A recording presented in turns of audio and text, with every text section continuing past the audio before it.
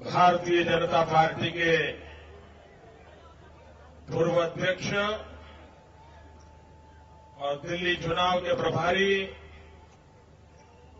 आदरणीय श्री नितिन गडकरी जी, भाई श्री नवजोत सिद्धू जी, प्रदेश के अध्यक्ष मेरे मित्र भाई विजय गोयल जी, जिनके नेतृत्व में दिल्ली की जनता सरकार बनाने वाली है, ऐसे डॉक्टर हर्षवर्धन जी, मंच पर विराजमान सभी वरिष्ठ महानुभाव, भाई और बहनों, मैं पिछले कुछ दिनों से छत्तीसगढ़, मध्य प्रदेश, राजस्थान और दिल्ली चुनाव अभियान के लिए दौरा कर रहा हूं। भाइयों बहनों, साफ नजर आ रहा है कि देश की जनता ने भारतीय जनता पार्टी के प्रति अपना विश्वास प्रकट करना शुरू कर दिया है। इस चुनाव में लोग सिर्फ कांग्रेस को हराने के लिए वोट करने वाले ऐसा नहीं है। इस चुनाव में लोग भाजपा की सरकार बनाने के लिए वोट करने वाले हैं, इतना भी नहीं है। इस बार लोग भाजपा को जिताना भी चाहते हैं, लेकिन ऐसे वोट करना चाहते हैं ताकि कांग्रेस को बहुत बड़ी सजा मिले। ये मिजाज लोगों का। और भाइयों बहनों, लोकतंत्र में जनता जनार्दन के पास यही एक शस्त्र होता है, यही एक ताकतवर आवाज उठाने का अवसर होता है। और इसलिए भाइयों बहनों, 4 तारीख को आप सिर्फ अपने इलाके के विधायक का भविष्य तय करने वाले नहीं हो। 4 तारीख को चांदनी चौक का क्या हो क्या न हो, इतना सीमित निर्णय नहीं करने वाले हो। 4 तारीख को आप न सिर्फ दिल्ली की सरकार बनाने का निर्णय करने वाले हो, लेकिन 4 तारीख को आप आपके अपने भविष्य की भाग्य रेखा अंकित करने वाले हो। यहां के मतदाता तय करें। और भाइयों बहनों, दिल्ली में कितनी सरकारें हैं, बड़े बड़े दिग्गज नेता हैं, और इनके नाक के नीचे दिल्ली की इतनी दुर्दशा हो रही है। भाइयों बहनों, निर्भया की घटना वो भले दिल्ली में घटी हो, लेकिन पूरे हिंदुस्तान के दिल को तोड़ दिया। भाइयों बहनों, गुड़िया की घटना भले दिल्ली में हुई हो, लेकिन पूरे देश को चौंका दिया। भाइयों बहनों, अगर हमारे देश की राजधानी में एक महिला मुख्यमंत्री हो, एक महिला देश की सरकार को हिलाती हो, डुलाती हो, और उसी दिल्ली में माताओं बहनों की जिंदगी सलामत न हो, भाइयों बहनों, इससे पूरे विश्व में हमारे देश की इज्जत मिट्टी में मिल जाती है। भारत के टूरिज्म को गंभीर प्रकार का नुकसान हुआ है। क्यों? दिल्ली में माताओं बहनों पर जो घटनाएं घटती हैं, उसके कारण। कॉमनवेल्थ गेम के कारण विश्व में दिल्ली का तो नाम ऊंचा होता, पूरा देश का होना था। इन्होंने डुबो दिया। आज दुनिया का कोई देश दिल्ली के प्रति गौरव की तरह देखता नहीं है। ये स्थिति किसने पैदा की? मैं आपसे पूछना चाहता हूं भाइयों बहनों, पिछले 60 साल के शासन के कारण जो जिंदगी आपको गुजारनी पड़ी, क्या आप अपने संतानों को भी ऐसी ही जिंदगी जीने के लिए मजबूर करना चाहते हो? मुझे पूरी ताकत से जवाब दो। क्या आपके बच्चे भी ऐसे ही जिंदगी जिए? क्या आप अपने बच्चों का भविष्य अच्छा चाहते हो? क्या आप चाहते हो कि अपने बच्चों को शिक्षा मिले? क्या आप चाहते हो कि अपने बच्चों को नौजवान होने पर अच्छा रोजगार मिले? आप चाहते हो गरीब मां बाप को दवाई मिले? आप चाहते हैं बच्चों को 2 टाइम पूरा भोजन खाना मिले? भाइयों बहनों, ये छोटे छोटे सपने 60 साल से 3 पीढ़ियां बीत गई, लेकिन पूरे नहीं हुए हैं। भाइयों बहनों, और उसका मूल कारण है कांग्रेस पार्टी की वोट बैंक की राजनीति। जब तक इस देश से हम वोट बैंक की राजनीति को खत्म नहीं करेंगे, यह देश कभी भी ऊपर नहीं उठ पाएगा। देश को जरूरत है विकास की राजनीति की। देश को जरूरत है देश की तस्वीर और तकदीर बदलने की। कुछ लोगों को जब हम कहते हैं कि वोट बैंक की राजनीति ने देश को बर्बाद किया है, तो वो समझते हैं कि हम कोई मुसलमान के वोट की बात कर रहे हैं। मैं आज ये रामलीला होने वाला ग्राउंड है, जहां सत्य और ईमान का मंचन होता है, उस जगह से बोल रहा हूं। और इसलिए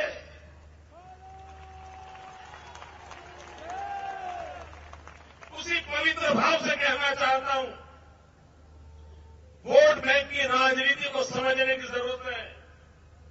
वोट बैंक की राजनीति ये हिंदू मुसलमान का मसला नहीं है। देश की दुर्दशा करने का वो सबसे बड़ा कारण बन गया है। कैसे? मैं बताता हूं। औसत हमारे देश में क्या होता है? 60%, कभी 65%, कभी 70% वोटिंग होता है। ठीक है, इतना ही होता है ना। उसमें 10-15% कौन खा जाते हैं? इधर उधर के जो खड़े हो जाते हैं, जैसे यहां की एक तीसरी दुकान खुली हुई है, तो 5%, 10%, 15% ये लोग खा जाते हैं। बाद में बचे 50%। 2 मुख्य दल जो होते हैं, 2 मुख्य प्रतिस्पर्धी होते हैं, उनके बीच में 50% वोट की बंटवारा होता है। जिसको 26% मिल जाता है वो जीत जाता है। 74% लोग जिनकी सुनवाई नहीं होती, और इसलिए ये चतुर राजनेता क्या करते हैं? वे तड़जोड़ की राजनीति करते हैं, हिसाब लगाते हैं कि ये 2 चाली को पकड़ लो, अपना 26% हो जाएगा। ये 2 मोहल्ले पकड़ लो, अपना 26% हो जाएगा। ये 2 वार्ड पकड़ लो, अपना 26% हो जाएगा। ये 2 बिरादरी पकड़ लो, अपना 26% हो जाएगा। ये 2 धार्मिक लोगों को जोड़ लो, अपना 26% हो जाएगा। और इसलिए वे इस फिराक में रहते हैं कि मुझे चुनाव जीतना है तो सिर्फ 26% की ही चिंता करनी है, बाकी 70-75% की मुझे परवाह करने की जरूरत नहीं है। तो रोड भी बनवाएगा तो कहां बनेगा? उन 26% वालों के लिए। नौकरी दिलवाएगा तो कहां दिलवाएगा? उन 26% वालों के लिए। बिजली का खंभा डालेगा, कहां डालेगा? उन 26% के लिए। नलका डालेगा तो कहां डालेगा? 26% के लिए। 74% पूरी तरह विकास की यात्रा से वंचित हो जाते हैं। और इसलिए भाइयों बहनों, गुजरात में हमने अनुभव किया है कि वोट बैंक की राजनीति को खत्म करो, सबका साथ, सबका विकास, इस मंत्र को हमने उठाया है और उसका परिणाम आया है। हर किसी को जात पात बिरादरी के बिना फायदा मिल रहा है।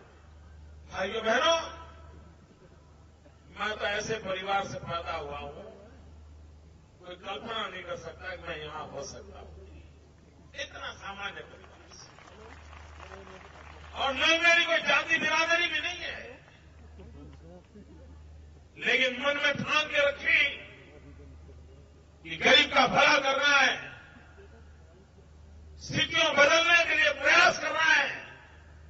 और आज भाइयों बहनों, हिंदुस्तान के किसी भी कोने में जाइए, विकास की जब चर्चा होती है तो गुजरात का नाम लेना पड़ता है।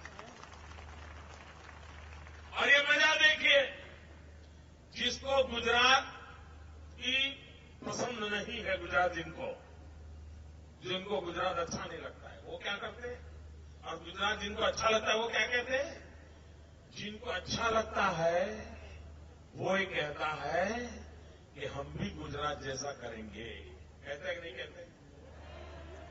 और जिनको अच्छा नहीं लगता वो क्या कहते मालूम है? वो कहेंगे देखिए उस विषय में हम गुजरात से भी आगे हैं।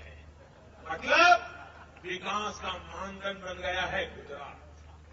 आप अच्छा करना चाहते हो तो गुजरात जैसा करना है, और अच्छा किया है तो गुजरात से आगे निकले, ये गौरव का मापदंड बन गया है। क्या भाइयों बहनों, ये दिल्ली नहीं बन सकता है? ये दिल्ली नहीं बन सकता है, लेकिन नहीं बनेगा। क्यों?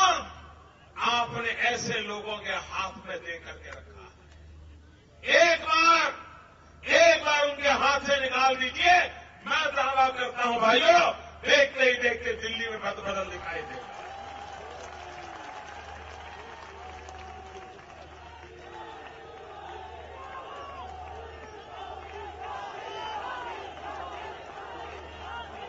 आप मुझे बताइए भाइयों, ये इस चुनाव में विजय गोयल जी आज भी चांदनी चौक को अपने काम का हिसाब देते हैं कि नहीं देते हैं?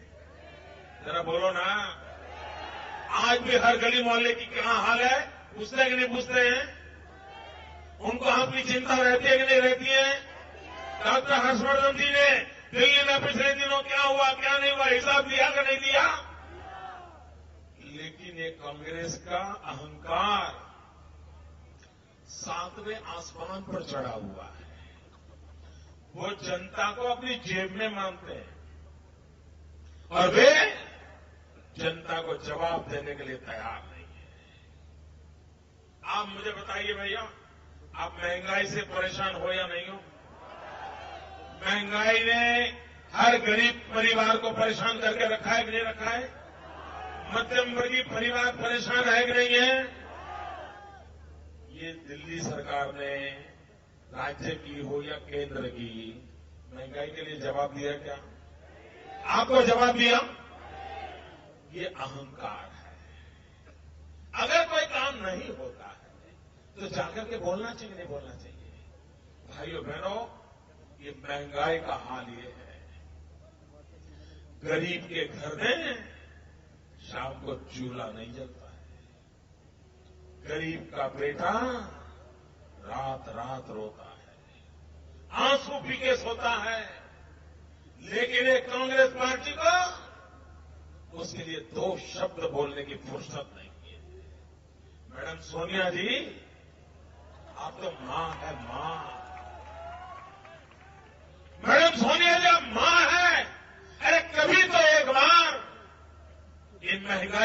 दो शब्द तो बोल दीजिए। शीला जी, आप तो दादी मां हो गई, आप तो कभी भूखे बच्चों के लिए दो शब्द बोलिए। नहीं बोल रहे। देखिए आप, कांग्रेस के दिग्गज नेता इस चुनाव में आए, कोई महंगाई का मां बोल रहा है क्या? बोल रहा है क्या? और यहां से आप चांदनी चौक वालों ने पता नहीं क्या कर दिया, लोकसभा में एक ऐसे महाशय को भेज दिया।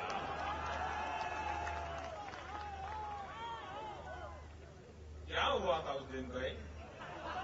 ऐसी गलती कैसे हो गई? देखिए, चांदनी चौक के लोग कभी गलती नहीं कर सकते। उस दिन कुछ हो गया जी, कुछ गड़बड़ हो गई। ये कैसे इंसान को भेजा है मालूम आपको? वो क्या बोलते हैं, ये महंगाई के लिए उन्होंने कहा, ये बहुत अपने आप को बहुत बड़ा बुद्धिमान मानते हैं जी। गूगल के बाद सबसे ज्यादा जानकारी किसी के पास है तो इन्हीं के पास है। ये अपने आप को गूगल के पक्के शीशे मानते हैं, और ये मानते हैं कि ईश्वर जब बुद्धि बांट रहा था ना, तो कतार में सबसे पहले यही खड़े थे। इन्होंने एक ऐसी बात कही भैया, ऐसी बात करने वाला इंसान सार्वजनिक जीवन में कभी चुनाव जीतना नहीं चाहिए, ऐसी भद्दी बात बता दी उन्होंने। उन्होंने ये कहा कि महंगाई इसलिए बढ़ रही है कि गरीब पहले सूखी रोटी खाता था, अब गरीब दो दो सब्जी खाता है। डूब मरो मेरे कांग्रेस के मित्र, डूब मरो, गरीब की बेइज्जती करना बंद करो। आप मुझे बताइए भैया, इस देश की महंगाई के लिए गरीब जिम्मेवार है क्या? इस देश की महंगाई के लिए गरीब सब्जी खाता है इसलिए जिम्मेवार है क्या? गरीब को सब्जी खाने का अधिकार नहीं है? आपने ऐसे महाशय को एमपी बनाया है जो केंद्र में मंत्री बनकर के गरीब को सब्जी खाना गुनाह बता रहा। कैसे लोगों को माफ करोगे? भाइयों बहनों, क्या भाषा बोली जा रही है? और वो शहजादे क्या कह रहे हैं?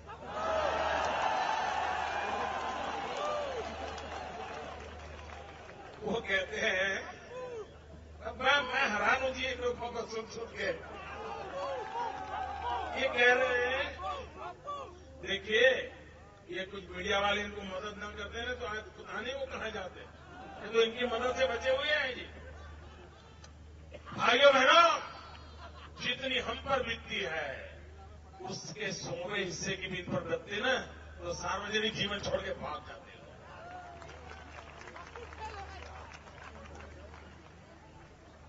सत्य और ईमान से जनता की सेवा करने के फंड लेकर के जब निकलते हैं तब गांव झेलने की भी ताकत आती है दोस्तों, जनता के आशीर्वाद मिलते हैं। भाइयों बहनों, शहजादे क्या कह रहे मालूम है? वो कहते हैं, जब तक हम राजनीति में गरीब की बात नहीं करते हमें मजा नहीं आता। क्या ये गरीब मजाक करने का विषय है क्या? ये बोल रहे हैं लोग। भाइयों बहनों, उनमें और हमारे में फर्क यही है, उनके लिए गरीब की राजनीति नहीं करते तो मजा नहीं आता, हम गरीब के दुख दर्द देखते हैं तो नींद नहीं आती। ये फर्क है।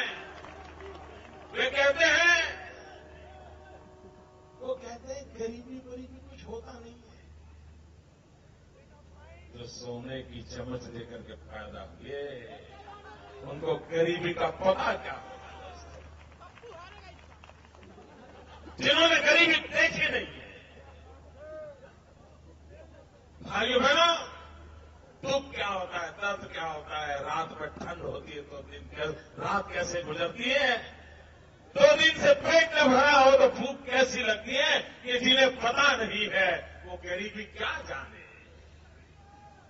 वो कहते हैं गरीबी कुछ होती नहीं है, ये तो स्टेट ऑफ माइंड होता है,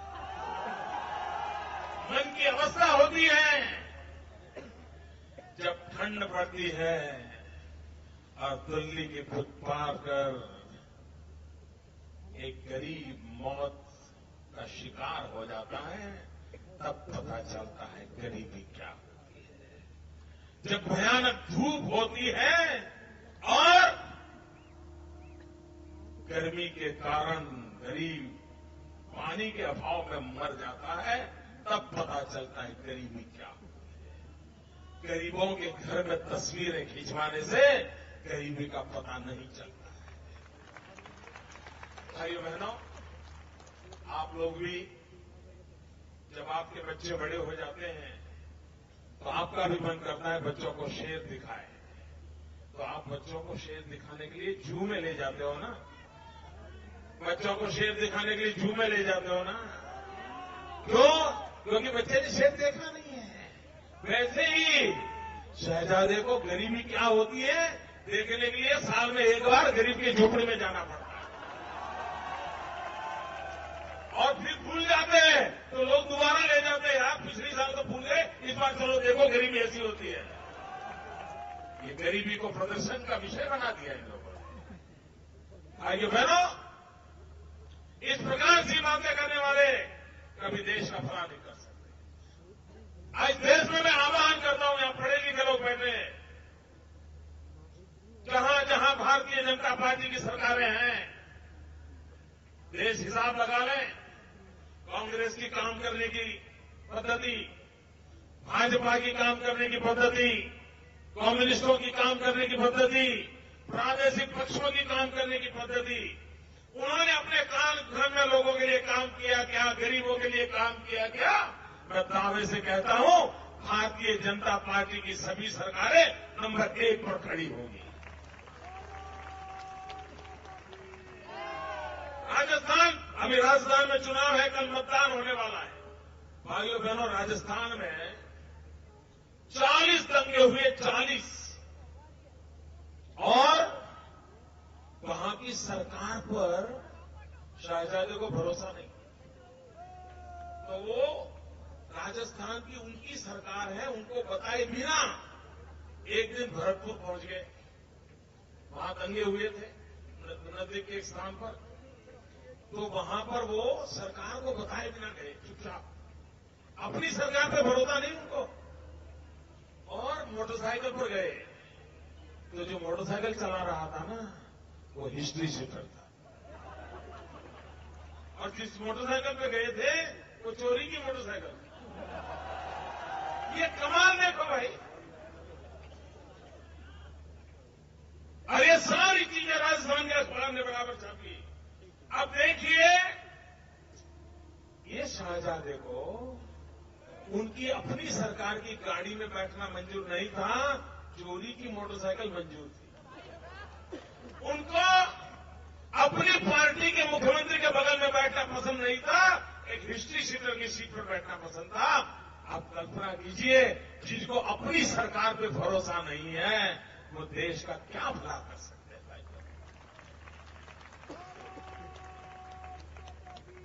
भाइयों बहनों, आज गुजरात विकास की ऊंचाई पर पहुंचा है, उसका कारण क्या है? क्या लगता है आपको? गुजरात इतना आगे बढ़ा, उसका कारण क्या है? गुजरात ने विकास किया, उसका कारण क्या है भाइयों? गलत, गलत दोस्तों, आपका जवाब गलत है। इसका कारण मोदी नहीं है। ये गुजरात विकास प्राप्त हुआ है, गुजरात विकास की ऊंचाइयों पर गया है, उसका कारण है वहां के जनता की एकता, भाईचारा, सद्भावना। हर कोई कंधे से कंधा मिलाकर के जी रहा है और विकास के मंत्र को लेकर के काम कर रहा है। इसके कारण गुजरात आगे बढ़ा है। वरना मेरा गुजरात का हाल भी खराब था पहले, क्योंकि क्रिकेट के बॉल पर दंगे हो जाते थे, पतंग पे दंगे हो जाते थे, साइकिल टकराने से दंगे हो जाते थे। आज भाइयों बड़ों 10 साल हो गया, दंगों का नामो निशान मिट गया। शांति, एकता, भाईचारा और वोट बैंक की राजनीति करने वालों की यही तो परेशानी है कि मोदी के राज में दंगे होते क्यों नहीं है। राजस्थान में दंगे होते हैं, उत्तर प्रदेश में नौजवान मुख्यमंत्री है, और भाइयों बहनों 100 से ज्यादा दंगे 1.5 साल में हो गए। लोग निर्दोष मारे जा रहे हैं। क्यों? क्योंकि इनकी राजनीति बांटो और राज करो की है। कांग्रेस पार्टी ने सत्ता के लिए देश को तोड़ना, समाज को तोड़ना, भाई से भाई को लड़ाना, जाति से जाति को लड़ाना, बिरादरी से बिरादरी को लड़ाना, संप्रदाय को संप्रदाय से लड़ाना, यही खेल खेला है और इसी के कारण देश तबाह हो गया है। भारतीय जनता पार्टी की संस्कृति क्या है? हमने उत्तर प्रदेश में से उत्तराखंड बनाया, उत्तराखंड ने भी मिठाई बांटी, उत्तर प्रदेश ने भी मिठाई बांटी। अटल जी ने छत्तीसगढ़ बनाया, छत्तीसगढ़ ने भी मिठाई बांटी, मध्य प्रदेश ने भी मिठाई बांटी। बिहार में से झारखंड बना, झारखंड ने भी मिठाई बांटी, बिहार ने भी झारखंड बांटी। लेकिन कांग्रेस की तोड़ो तोड़ो तोड़ो वाली राजनीति का परिणाम क्या आया? एक आंध्र प्रदेश में तेलंगाना बनाने गए, आंध्र भी रो रहा है, तेलंगाना भी रो रहा है, दोनों जगह पे कर्फ्यू लग रहा है, दोनों जगह पे गोलियां चल रही है। क्यों? ये कांग्रेस के तौर तरीके से। आप मुझे बताइए, ये दिल्ली हिंदुस्तान का है कि नहीं भाई? ये हरियाणा हिंदुस्तान का है कि नहीं है? दिल्ली में हिंदुस्तान की सरकार है कि नहीं? क्या हरियाणा रहते हुए दिल्ली प्यासा रहे? ये कोई तरीका है क्या?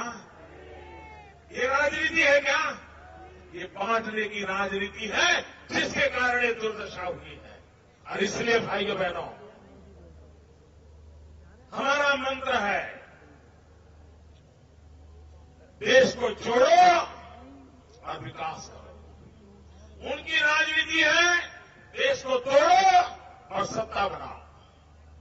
और इसलिए भाइयों बहनों, हम जोड़ने की राजनीति करना चाहते हैं, हम विकास की राजनीति करना चाहते हैं, नौजवान को रोजगार मिले।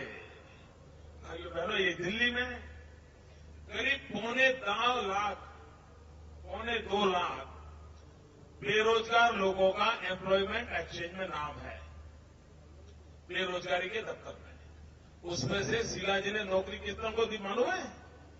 200 लोग, 200 लोगों को पूरे हिंदुस्तान में एम्प्लॉयमेंट एक्सचेंज में जो नाम दर्ज होते हैं और सबसे ज्यादा नौकरी देने वाला कोई राज्य है, वो राज्य का नाम है गुजरात। 57% लोगों को रोजगार देने का काम किया है। भाइयों बहनों, विकास एक मंत्र ऐसा है जो सारी समस्याओं का समाधान करता है। और यहां कांग्रेस में जहां भाजपा की सरकारें हैं, वहां विकास की स्पर्धा होती है। अगर शिवराज जी ने काम किया तो रमन सिंह को लगता है चलिए मैं उससे भी आगे निकल के ये काम करूंगा। रमन सिंह ने काम किया तो मोदी जी को लगता है कि मैं गुजरात में करूंगा। गुजरात में अगर मैंने कुछ किया तो मनोहर पर्रिकर जी को लगता है कि मैं गोवा में करके दिखाऊंगा। हम सभी मुख्यमंत्री भाजपा के, सभी सरकारें भाजपा की अच्छा करने की स्पर्धा करते हैं। और कांग्रेस में भ्रष्टाचार करने की स्पर्धा करते हैं। भाइयों बहनों, एक से बढ़कर एक। वो कहता है उसने 1000 करोड़ का किया, वो कहता है 2000 करोड़ का करूंगा। उसने 2000 किया, मैं 5000 करोड़ का करूंगा। भाइयों बहनों, ये लूट की जो स्पर्धा है, इसने देश को तबाह करके रखा है। और इसलिए भाइयों बहनों, और राजीव गांधी कहते थे, मैं नहीं कह रहा हूं, और जब राजीव गांधी देश के प्रधानमंत्री थे ना, तब भाजपा के पास कहीं पर सत्ता नहीं थी। हम तो कहीं नजर नहीं आते थे। पंचायत से पार्लियामेंट तक कांग्रेस का ही झंडा फहरता था। और तब राजीव गांधी ने कहा था कि दिल्ली से 1 रुपया निकलता है तो लोगों तक पहुंचते पहुंचते 15 पैसा हो जाता है। नई दिल्ली से चांदनी चौक रुपया आता था, रुपये का 15 पैसा हो जाता था। और ये राजीव गांधी ने कहा था, जबकि सारी सत्ता हर जगह पे कांग्रेस बैठी थी।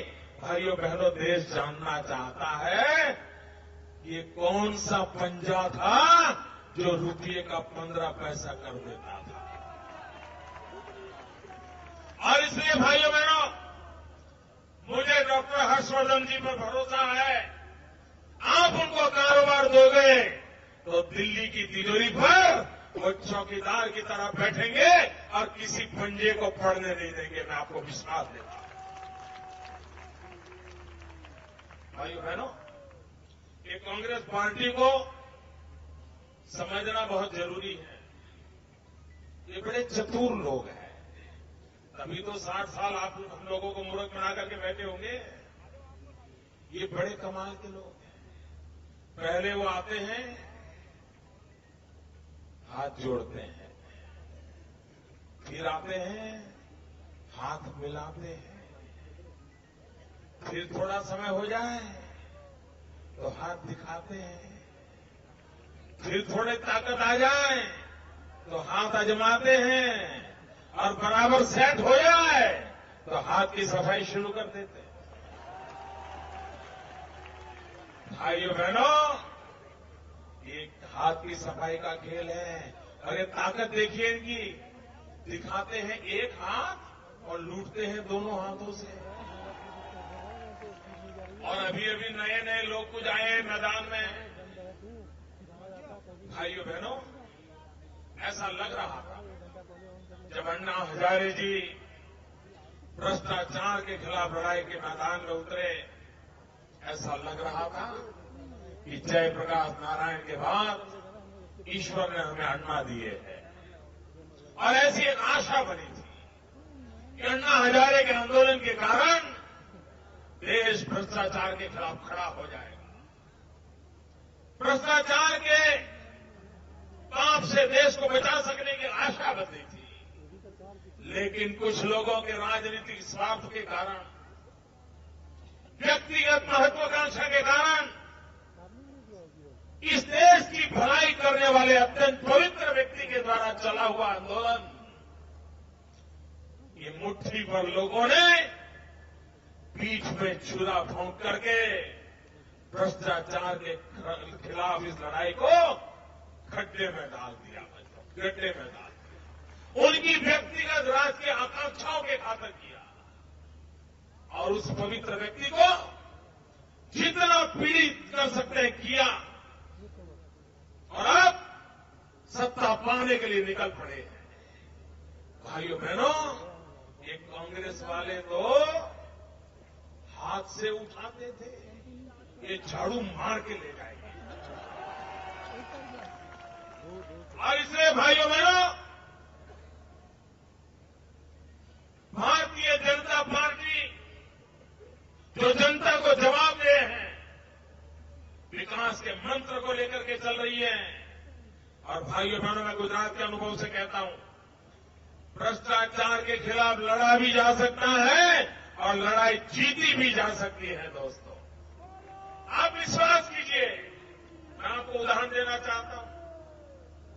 यहां जिस महाशय को आपने एमपी बना करके भेजा है ना, जो अपने बहुत गुरु ज्ञानी मानते हैं, वो दिल्ली सरकार में बैठे, उन्होंने घोषणा की थी, देश के नौजवानों को कि 3,000 रुपये में टैबलेट मिलेगा, आकाश टैबलेट। याद है भाई? बड़ी जबरदस्त प्रेस कॉन्फ्रेंस की थी, ढेर सारे इंटरव्यू दिए थे, चारों तरफ जय जयकार किया था। कहीं आकाश टैबलेट नजर आया भाई? आपको आया? आकाश में है, धरती पर आया? अच्छा, मेरी गलती होगी। एक बार मैंने गुजरात में बयान दे दिया कि भाई भारत सरकार ये जवाब दे, लाखों नौजवानों को आकाश टैबलेट देने वाले थे, क्या हुआ? योजना कहां गई? और ये बस इनका पारा चढ़ गया। ये मोदी समझता क्या है, मेरी आलोचना करता है। वो तब से मेरे जो पीछे पड़ गए हैं, उनको उन्होंने तय किया जब तक मोदी को जेल में नहीं डलवाऊंगा मैं चुप नहीं बैठूंगा। वो समझता क्या है, ये तय करके बैठे हैं। उन्होंने गुस्से में आके क्या किया, एक आकाश टैबलेट मुझे गिफ्ट में भेज दिया। उनको लगा कि रिश्वत दूंगा तो मोदी मान जाएगा, लेकिन उन्हें मालूम नहीं मोदी दूसरी मिट्टी से पैदा हुआ है। मैंने उनको सुना दी।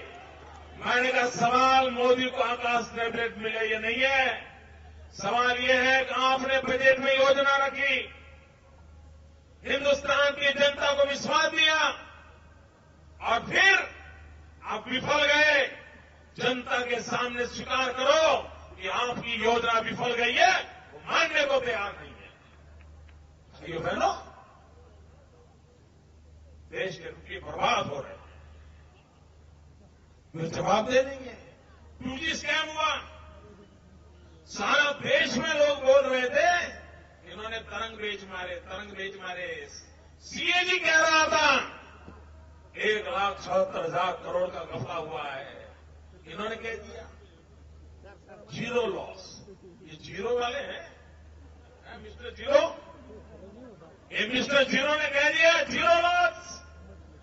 सारी पार्लियामेंट कह रही है, सुप्रीम कोर्ट कह रही है, देश कह रहा है, ये अपने अहंकार में। और इतना ही नहीं भाइयों बहनों, वे टेलीकॉम के मिनिस्टर हैं। टेलीकॉम का पट्टा कैसे बिठाया इन्होंने, और टेलीकॉम का पट्टा बैठा है, इसका मतलब ये हुआ कि नौजवानों का रोजगार गया, हिंदुस्तान के अर्थतंत्र में प्रभाव पड़ा है। उनको बीएसएनएल का उनके अंडर में आता है। आज देखिए मोबाइल फोन कितना बड़ा महंगा काम चल रहा है, लोग कितना खर्चा कर रहे हैं हम जानते हैं।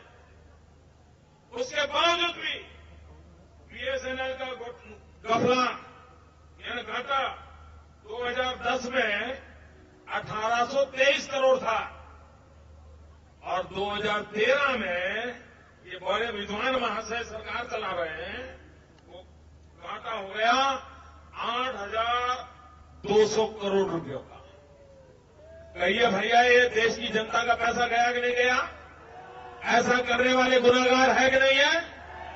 इनके पास है एमटीएनएल, टेलीकॉम मिनिस्टर के नाते 2010 में घाटा था 2,611 करोड़ का, 2013 में घाटा है 5,300 करोड़ का। ये पैसे किसके हैं भाई? ये पैसे किसके हैं? देश की जनता के हैं कि नहीं? गरीब के हैं कि नहीं? ये लूट चला रहे हैं भाई। मैं आपको बताता हूं भाइयों, अगर अच्छी सरकार चलती है तो काम कैसे होता है?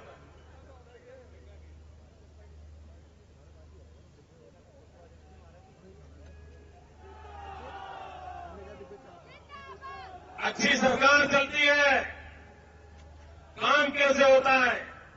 गुजरात के अंदर जब मैं मुख्यमंत्री बना तो लोग मुझे मिलने आते थे, नया नया मुख्यमंत्री बना था, माला वाला लेकर के आते थे, फिर कहते थे मोदी जी एक काम तो करो। मैं पूछता था क्या? कम से कम शाम को भोजन के समय तो बिजली दो। गुजरात के अंदर शाम को खाना खाते समय बिजली नहीं मिलती, 2 दिन थे। और हमारे यहां गुजरात इलेक्ट्रिसिटी कंपनी, जीबी हमारा गुजरात इलेक्ट्रिसिटी बोर्ड, उसका प्रति वर्ष घाटा था 2,500 करोड़ रुपयों का। हर वर्ष 2,500 करोड़ का घाटा। आप बताएं मुझे, ये सुनकर के कोई भी आदमी बैठ जाए कि न बैठ जाए? जरा बोलो तो, डर जाए कि न डर जाए? क्या इस स्थिति को सुधार सकने की हिम्मत आएगी क्या? हमने बेड़ा उठाया। भाइयों बहनों, आज गुजरात में जो हमारा जीबी 2,500 करोड़ का घाटा करता था, वो आज करीब 400 करोड़ रुपए का प्रॉफिट करता है। ये सारे चोरी के पैसे बचा लिए, उसी के कारण परिणाम आया। हमारे यहां फर्टिलाइजर फर्टिलाइजर पैदा करने वाला कारखाना है सरकार का, गुजरात स्टेट फर्टिलाइजर कॉर्पोरेशन। दूसरा है जीएनएफसी, नर्मदा फर्टिलाइजर कॉर्पोरेशन। जब मैं गया मुख्यमंत्री के नाते, दोनों डूबने के कगार पर थे। अगर वो फर्टिलाइजर के कारखाने बंद हो जाते, मेरे देश का किसान बर्बाद हो जाता, मेरे देश के किसान को नुकसान होता, हिंदुस्तान के फसल को नुकसान होता, हिंदुस्तान के कृषि को नुकसान होता, देश के अर्थतंत्र को नुकसान होता। हमने ध्यान केंद्रित किया और भाइयों बहनों, आज मैं गर्व से कह सकता हूं कि हमारी दोनों कंपनियां मरने की कगार पर खड़ी थी, आज सबसे ज्यादा मुनाफा करने वाली कंपनियां बन गई। भाइयों बहनों, अगर भ्रष्टाचार पर रोक लगाए, सुशासन पर ध्यान दें, तो डूबती हुई नैया को भी पार किया जा सकता है। लेकिन आपने ऐसे महाशय को भेजा है जो अपने बुद्धि के गुरूर के कारण आप देश को घाटे में डालते चले जा रहे हैं, देश को तबाह करते जा रहे हैं। और इसलिए भाइयों बहनों, मैं आपसे प्रार्थना करने आया हूं, देश को गरीबी से मुक्ति चाहिए, देश को नौजवान के लिए रोजगार चाहिए, देश को गरीब को 2 टाइम पूरा खाना मिलना चाहिए, बूढ़े माँ बाप को दवाई चाहिए, सम्मान के साथ जीने के लिए माताओं बहनों को माहौल चाहिए, सुरक्षा चाहिए। अगर भाइयों बहनों इतने भी काम हम कर लें, तो इस देश के हर व्यक्ति में देश को आगे बढ़ाने की ताकत है। और उस काम करने के लिए भारतीय जनता पार्टी आपके पास आई है। आपसे आग्रह करने आया हूं मैं कि आप हमें अवसर दीजिए। और भाइयों बहनों, 200 दिन के बाद पार्लियामेंट का चुनाव भी होने वाला है। देश ने तय कर लिया है, दिल्ली में भाजपा की सरकार बनने वाली है। अगर दिल्ली प्रदेश में हर्षवर्धन जी के नेतृत्व में भाजपा की सरकार हो, केंद्र में भाजपा की सरकार हो, आपके दोनों हाथ में लड्डू हो जाएंगे। दोनों सरकारें मिलकर के दिल्ली का नाम दुनिया में रोशन हो, ऐसा काम करके दिखाएंगे। और इसलिए मैं आपसे आग्रह करता हूं, 4 तारीख को भारी मात्रा में मतदान करके भारतीय जनता पार्टी को विजयी बनाए। भारत माता की।